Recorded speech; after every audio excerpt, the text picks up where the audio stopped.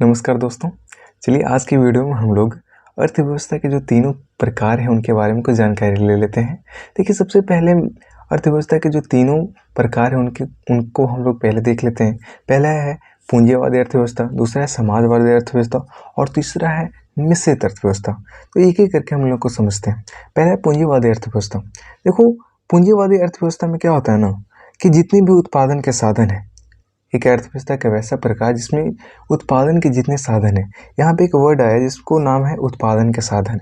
इसके बारे में पहले हम लोग समझते हैं। देखो उत्पादन के साधन मतलब होता है कि वैसे चीज़ जिससे हम किसी चीज़ का उत्पादन करते हैं। जैसे कल कारखाने हो गया, कल कारखाने से बहुत चीज़ का उत्पादन होता है। अरे मान कर चलो आप पार्ले बिस्कुट ये सब खाते हो, तो पार्ले बिस्कुट तो आपके पास नॉर्मली बनकर नहीं आया है, कहीं न कहीं उसका उत्पादन हुआ होगा। तो जहाँ पे उत्पादन हुआ होगा वो कोई ना कोई कल कारखाना होगा। तो उसी कल कारखाने को हम लोग उत्पादन के साधन के नाम से जान सकते हैं मोटा मोटी। तो यही कहा गया है कि उत्पादन के साधनों पर किसी निजी व्यक्ति यानी कि आप भी हो सकते हो, नहीं तो फिर क्या हो सकता है कि आपका कोई प्राइवेट लिमिटेड यानी कि एक संस्था हो सकती है। आपने जो मान के चलो एक प्राइवेट लिमिटेड बनाया, एक अपनी संस्था बनाई, वो भी हो सकता है। तो इसका अधिकार होता है, तो उसको हम क्या कहते हैं, पूंजीवादी अर्थव्यवस्था कहते हैं। मैं एक बार इसको समझा देना फिर से चाहूँगा कि अर्थव्यवस्था का वैसा प्रकार जिसमें जो उत्पादन होगा, जो साधन से हम किसी चीज़ का उत्पादन करेंगे, उस पे किसी निजी व्यक्ति अथवा संस्था का क्या होगा, अधिकार होगा। और इस प्रकार की अर्थव्यवस्था में ना जो निजी हित है, अरे पैसा आप लगाइएगा ना भाई, तो क्या कीजिएगा, किसी और के लिए काम कीजिएगा। पहला आपने पैसा लगाया तो आपका मेन उद्देश्य ये होगा कि आप खुद के बारे में थोड़ा सा सोचें, अपने परिवार के बारे में सोचें, अधिक से अधिक अर्निंग करने के बारे में सोचें। तो ये पूंजीवादी अर्थव्यवस्था में होता है। इसमें जितना ज़्यादा पैसा लगाओ और उतना ज़्यादा आप कमाने के लिए सोचते हो, ये पूंजीवादी अर्थव्यवस्था कहलाता है। और वैसे देश जो पूंजीवादी अर्थव्यवस्था के मॉडल को मानते हैं, इसको जो मानते हैं उसको पूंजीवादी अर्थव्यवस्था वाला देश कहा जाता है। इसके कुछ एग्जाम्पल हैं, जैसे कि अमेरिका हो गया, ब्रिटेन हो गया, जापान। ये सब देशों को हम लोग किसके नाम से जानते हैं, ये पूंजीवादी अर्थव्यवस्था वाले देश है। ऑब्जेक्टिव में आपसे क्वेश्चन पूछे जा सकते हैं। नेक्स्ट है समाजवादी अर्थव्यवस्था। समाजवादी अर्थव्यवस्था बहुत ही एक क्रिटिकली इसको समझना होगा हम लोग को कि आखिरकार समाजवादी अर्थव्यवस्था है क्या। देखो समाजवादी अर्थव्यवस्था में क्या होता है ना कि उत्पादन के जितने साधन हैं यानी कल कारखाने वगैरह हैं, उस पे किसी निजी व्यक्ति का अधिकार नहीं होता है, बल्कि उस पे किसका अधिकार होता है, सरकार का अधिकार होता है। देखो सरकार एक तरह से ना हमारे पेरेंट्स की तरह कार्य करती है। हम नॉर्मल जनता है, तो सरकार क्या करेगी कि हमें अपने बच्चे की तरह पोसेगी, पालेगी, पोषण हमारा करेंगी। तो मान कर चलो कि कोई भी देश में अलग अलग प्रकार के लोग रहते हैं, समाज में बनावट अलग प्रकार का रहता है, आर्थिक बनावट डिफरेंट रहता है, कोई अमीर कोई गरीब इस तरीके का रहता है। तो समाजवादी अर्थव्यवस्था में जब भी अपनाया जाता है इस मॉडल को, तो इसमें क्या होता है ना कि जो नॉर्मल क्लास के नॉर्मल बैकग्राउंड के लोग हैं ना, उनके हितों को बहुत ज़्यादा ध्यान में रखा जाता है। और देखो सरकार यहाँ पे कल कारखाने लगा रही हैं, बहुत बड़ी मात्रा में कल कारखाने लगाई, उससे कुछ बेनिफिट हुआ, उससे जो आमदनी प्राप्त हुआ, वो आमदनी को क्या करेगी सरकार ना कि लोक कल्याण मतलब कि जो जनता नॉर्मल पर्सन है उनके कल्याण पे ध्यान देंगी। ये होता है समाजवादी अर्थव्यवस्था। इसको मैं बता दे रहा हूँ कि अर्थव्यवस्था का वैसा रूप जिसमें उत्पादन के साधनों पर सरकार का अधिकार रहता है।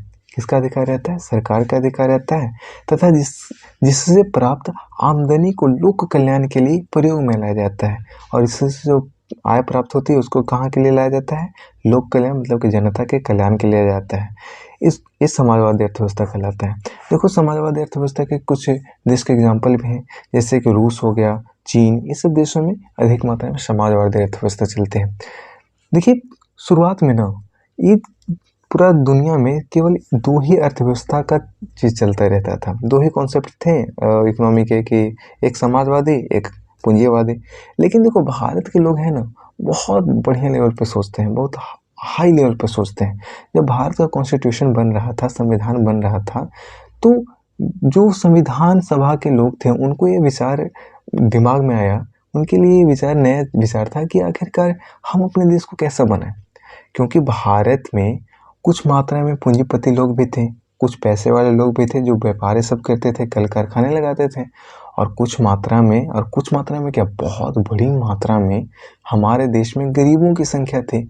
अब आप खुद समझो कि अगर हम पूंजीवादी अर्थव्यवस्था वाले देश को कॉन्सेप्ट को अपना लेते तो केवल और केवल निजी व्यक्ति जो व्यापारी हैं उनका ही वेलफेयर हो पाता, उनका ही कल्याण हो पाता। और अगर हम लोग समाजवादी अर्थव्यवस्था के कॉन्सेप्ट को अपना लेते हैं तो ये जो पूंजीपति कुछ लोग हैं जो जिनके पास थोड़ा सा पैसे हैं, जो कल कारखाने सब खोलना चाहते हैं, उनको हम लोग मुख्य धारा में नहीं ला पाएंगे। ठीक है, तो समाजवादी अर्थव्यवस्था जैसे ही लाया गया तो इसमें क्या होता है कि गरीबों को भी ध्यान में देना है, तो कहीं ना कहीं समाज का एक जो पक्ष है वो छूट जाएगा अगर किस दोनों में से एक चीज़ को हम अपनाते हैं तो यहाँ पे जो पंडित जवाहरलाल नेहरू जी हैं, हमारे देश के प्रथम प्रधानमंत्री, उन्होंने सबके सामने एक कॉन्सेप्ट रखा और उन्होंने बताया कि देखो हम लोग क्या करते हैं ना कि जो पूंजीपति लोग हैं उनके हितों को भी हम लोग ध्यान में रख लेते हैं, और साथ ही साथ जो नॉर्मल पर्सन हैं, जो गरीब लोग हैं, उनके हितों को भी ध्यान में रख लेते हैं, और आपसी सामंजस्य बैठा करके समन्वय के साथ हम लोग एक नई अर्थव्यवस्था की प्रणाली को शुरुआत करते हैं जिसका नाम हम लोग मिश्रित अर्थव्यवस्था दे देते हैं।